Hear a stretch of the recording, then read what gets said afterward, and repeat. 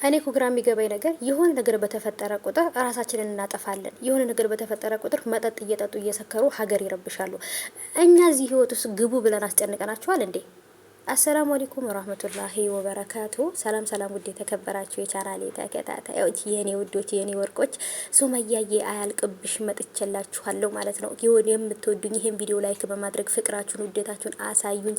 የምትጠሉኝ ደግሞ እንግዲህ ልቦናውን ይስጣችሁ ፈጣሪ እያልኩኝ ወደ ገደለው ስገባ፣ አዎ አውቃለሁ ይሄን ሰሞን ትንሽ ጠፋ ብያለሁ ማለት ነው። ግን ደግሞ ምንም ብጠፋ ግን በቀን አንድ ጊዜ አልጠፋባችሁም ማለት ነው የኔ ውዶች።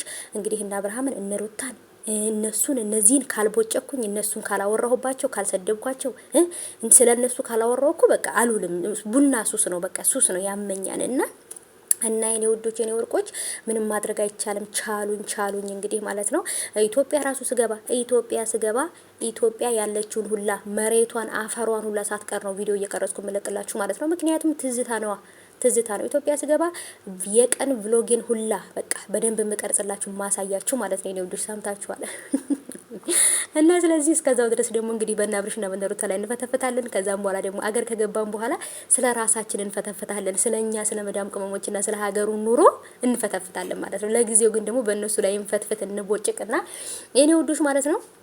አባይቦች እንግዲህ የሆነ ነገር በተፈጠረ ቁጥር መድኃኒት ለመጠጣት የሆነ ነገር በተፈጠረ ቁጥር ራሳቸውን ለማለቅ ምናምን ሰውን ያስፈራራሉ። እኔ ግራ የገባኝ ነገር አብርሃም አሁን ራሱን ለማጥፋት የወሰነበት ምክንያት ምንድን ነው? ምክንያቱም ራሳቸው ናቸው እንግዲህ ሶሻል እንትን ላይ አብርሃም ራሱን ሊያጠፋ ነው ማን ነው የሚባለው ቻናል ላይ ነው የተለቀቀው። እና ራሱን ሊያጠፋ ነው አብርሃም ትልቅ ስትረስ ውስጥ ላይ ዲፕሬሽን ውስጥ ነው ያለው ምናምን ይላሉ ማለት ነው። እና እናንተ አታግዙትም እንዴ ታዲያ? ሶሻል ሚዲያ ላይ መታችሁ አብርሃም እንደዚህ ሆኗል ከምትሉ ነገ ይሄ ልጅ ራሱን ካጠፋ በኋላ እንደዚህ ብለን ነበር እኮ እንደዚህ እኮ አይተንበት ነበር እንደዚህ አይነት ስሜት ነበረው የነበረ ቤት አይሰራም።